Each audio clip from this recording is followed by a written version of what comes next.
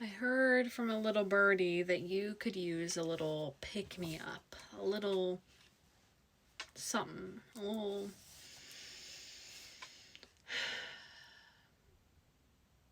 support. It just feels like there's what spirit just showed me is like how incense smoke can kind of like layer and just like sit at a certain threshold, and it just kind of feels like maybe that's just been the stagnancy of today, and just because it doesn't feel like it's been there long, but it just feels a little weighted and confusing. Okay, so if you're feeling that, stick around. If you haven't met me yet, I'm Izzy. I go by 8th House Mercury here, and on my other account, I go by Astromia, where I do evolutionary astrology. If you guys are not yet signed up to my newsletter, that is the best way you can support me as a creator here. Every week I send an email on Monday to guide you through the week ahead using astrology. It's totally free. It's my love, my passion. All right, a little pick me up, a little pick me up. Okay. The moon in Aries in the 12th house. Oh, that was very interesting.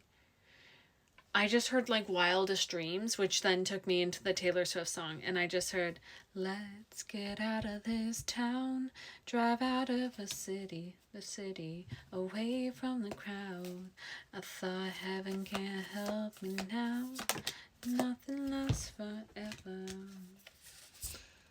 Interesting. We have the Drowned King, copper and silver.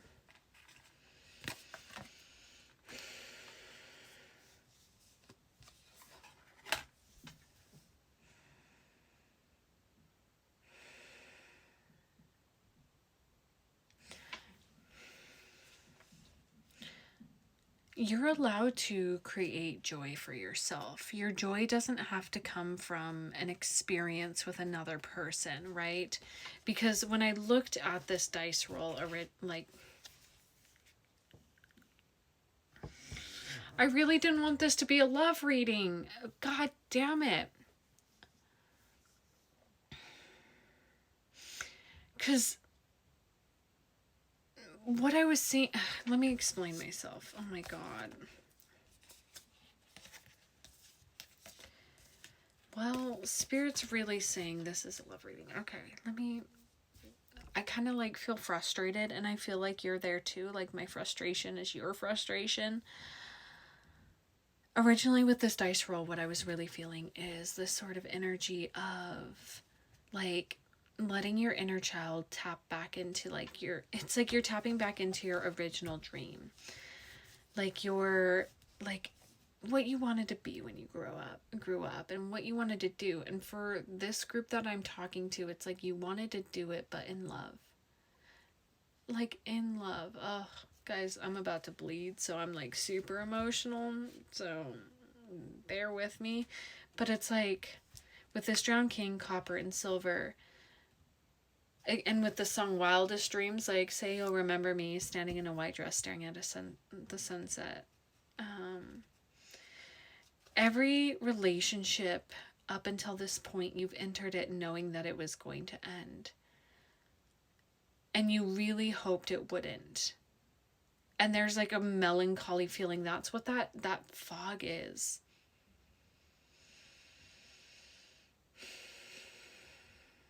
And it's just like there's kind of a resistance to daydream anymore, to let yourself believe that things can get good when it relates to love. And I don't feel that you've addressed this sadness, this melancholy, this like ache, and this desire for connection. And I feel like I'm feeling that for you. Like you have such a big, beautiful heart, and Spirit's like, we don't want you to hide it because your work here with all these cards coming out with conjunction, and then underneath that was the great work. Like literally your union with yourself and with your divine partner is the work that you're here to like showcase to the world. And even without the physical aspect of this person, you are meant to showcase your love and your heart. So when you're not acknowledging the pain and the hurt that you've been through, and the letdown of partnerships, and even yourself in partnerships where it's like, damn, I did not show up the best that I could. Loving yourself, forgiving yourself, and like letting this like heaviness dissipate. And it takes acknowledgement. We have the benevolent guide, and then the new pearl, and like at the bottom of the deck we have oil of vitriol, and it really is like, I'm seeing a you know, the classics like 80s boombox at the window, like you doing that for you, like, and your spirit team's doing it. It's like, no, like you really enjoy love, and there is this part of you that just needs to acknowledge that you've been hurt in the past, but it's okay for you to follow your wildest dreams. And the like getting out of the town, like you might need to change your environment for a little bit. We have winter and breath.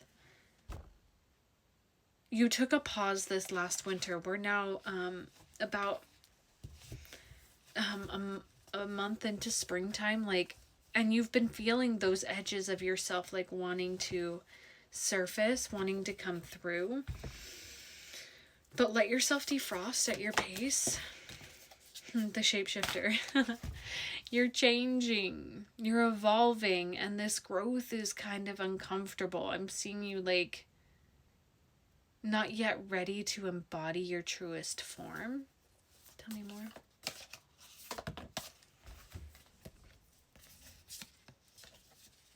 We have the warrior, the stone, and the tear. The ring.